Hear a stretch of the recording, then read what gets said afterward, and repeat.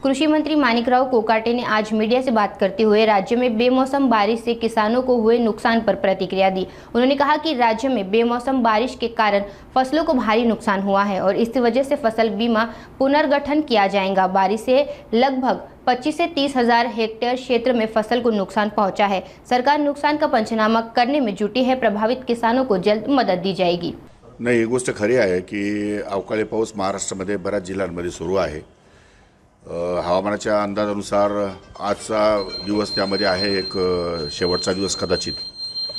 त्यामुळे कालही रात्री 2-3 जिल्ह्यांमध्ये अहिल्यानगर, सिंधुदुर्ग आणि 2-3 जिल्ह्यांमध्ये पाऊस झालेला आहे। त्यामुळे ज्या ठिकाणी पाऊस होतोय त्या ठिकाणी कृषी अधिकारी आणि जिल्हाधिकाऱ्यांना पंचनामे करण्याचे आदेश देण्यात आलेले आहेत। स्टँडिंग ऑर्डर्स त्या, त्यामुळे त्यांचे पंचनामे सुरू आहेत। आतापर्यंत जवळपास 24 जिल्ह्यांमध्ये आणि 110 तालुक्यामध्ये पाऊस मोठ्या प्रमाणावर झालेला आहे आणि तिथले पंचनामेचे फिगर जे आहे ते 25 ते 26 हजार एकरापर्यंत साधारण अंदाज आहे। तर त्यामध्ये संपूर्ण पंचनामे जेव्हा होतील तेव्हा त्या जिल्हाधिकाऱ्याकडनं राज्य शासनाला प्रस्ताव जाईल आणि आपत्ती व्यवस्थापनमधून शेतकऱ्यांना मदत कशी करता येईल त्या संदर्भात कॅबिनेटवर चर्चा करून त्यांना आपत्ती व्यवस्थापनाच्या माध्यमातून शेतकऱ्यांना मदत केली जाईल। त्यात नाशिक जिल्ह्यामध्ये मोठ्या प्रमाणात नुकसान आहे, कारण नाशिक जिल्ह्यामध्ये कांदा पीक आहे आणि कांदा पीक मोठ्या प्रमाणात लागवड झालेली आहे। त्यामुळे कांदा पीक तसं बागायती पीक आहे। काही जिरायती याच्यामध्ये गहू, त्याच्यानंतर वेगवेगळ्या प्रकारचे जे कडधान्य आहेत त्या जिरायती पिकामध्येही नुकसान झालेलं आहे आणि काही फळबागा आहेत। म्हणजे समजा 13-13.5 हजार रुपये आपण जिरायती पिकांना देतो, 27 हजार रुपये आपण बागायती पिकांना देतो आणि 36 हजार रुपये आपण फळबागांना देतो। असं सर्वसाधारणपणे शासनाचे नॉर्म्स आहेत। त्या संदर्भात आणखी पंचनामे करून नुकसान किती झालं, काय झालं ते सविस्तर माहिती अद्याप या ठिकाणी डिपार्टमेंटकडे प्राप्त नाही। बस सविस्तर माहिती 1-2-4 दिवसामध्ये गोळा झाली की मग त्या संदर्भात आपत्ती व्यवस्थापन बरोबर मंत्र्यांबरोबर बसून एक निर्णय घेण्यात येईल आणि कॅबिनेटला ते संपूर्णपणे आढावा या ठिकाणी घेऊन आणि त्या दृष्टिकोनातून मदत जाहीर होईल। मी जाणार आहे, मी आता आज थोड्या वेळाने जमलं तर मार्च सांगवीला या ठिकाणी जाणार आहे माझी मीटिंग संपल्यानंतर आणि तिथे पाहणार आहे। उद्या जमलं तर नंदुरबारला जाणार आहे, परवा नंदुरबारला सुद्धा मी त्या ठिकाणी पाहणार आहे। 2-4 ठिकाणी जिथे मला शक्य आहे त्या ठिकाणी शेतीवर जाऊन प्रत्यक्षात मी या ठिकाणी पाहणी करणार आहे। पीक विम्याच्या संदर्भामध्ये धोरणात्मक निर्णय अजून घ्यायचा बाकी आहे। त्या संदर्भात मागच्या पीक विम्याच्या काळामध्ये मोठ्या प्रमाणात तक्रारी प्राप्त झाल्या होत्या।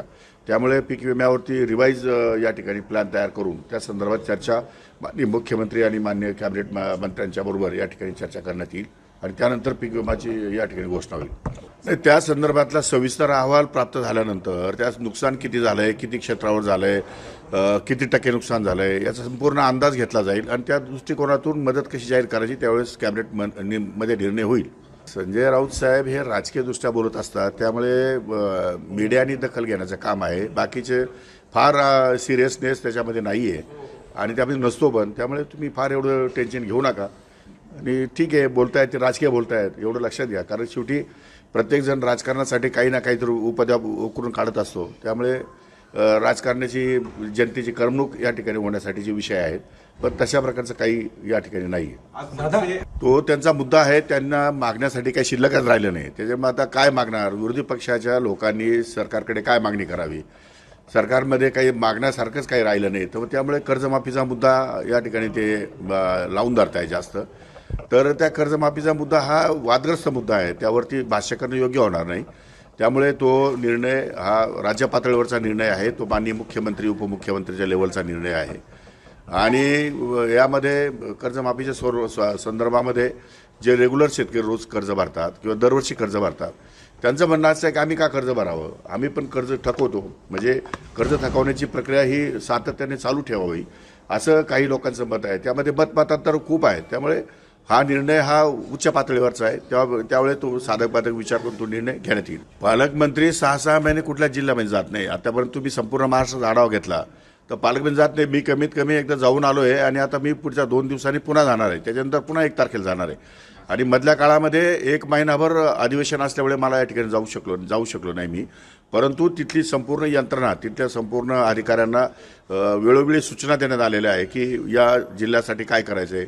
बाहेरच्या काही एजन्सीज आहेत त्या एजन्सीज नेऊन त्या ठिकाणी काम सुरू आहे, सर्वे सुरू आहे आणि लवकरात लवकर नंदुरबार जिल्हा हा भौगोलिकदृष्ट्या अत्यंत डेव्हलप झालेला जिल्हा दिसेल आपल्याला। त्या संदर्भात प्लॅनिंग या ठिकाणी केलेलं आहे आणि त्या संदर्भात कारवाई सुरू आहे।